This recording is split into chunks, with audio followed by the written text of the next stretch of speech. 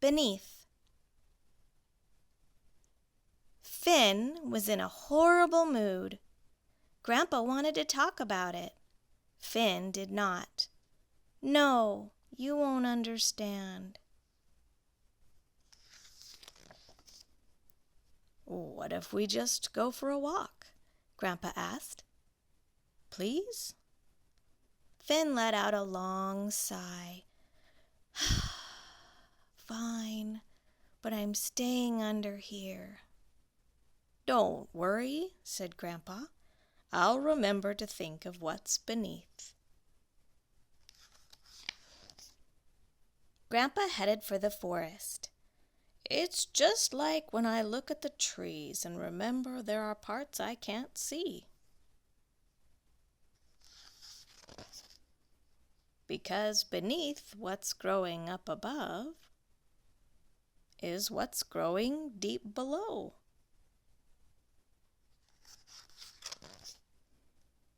Or there, Grandpa pointed.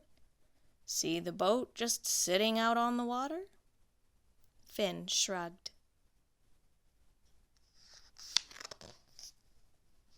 Sometimes beneath what looks perfectly still, so much can be swirling around. Trying to guess what's beneath can be easy. Grandpa whispered, I think she's going to be a mom.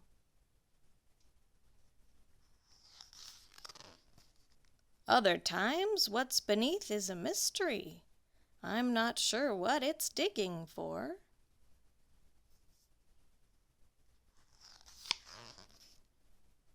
Beneath something solid can be something hollow. Beneath what's falling apart can be what's just starting to form.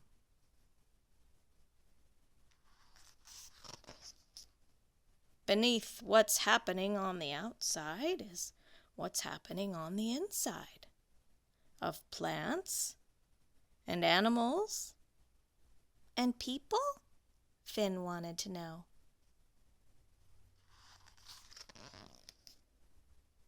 Of course, Grandpa answered. Everyone is more than what you see. Beneath appearances are experiences. Beneath actions are explanations.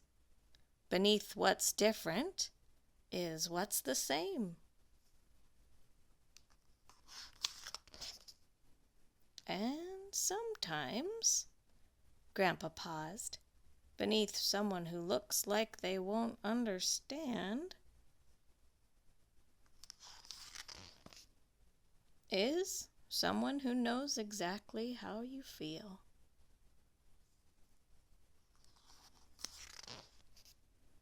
Grandpa turned toward home. Finn wanted to keep walking. Please? Together they climbed to the top of the hill. Wow, said Grandpa, just look at all those stars. Finn looked up at the sky and smiled. Don't worry. I'll remember to think of what's beneath.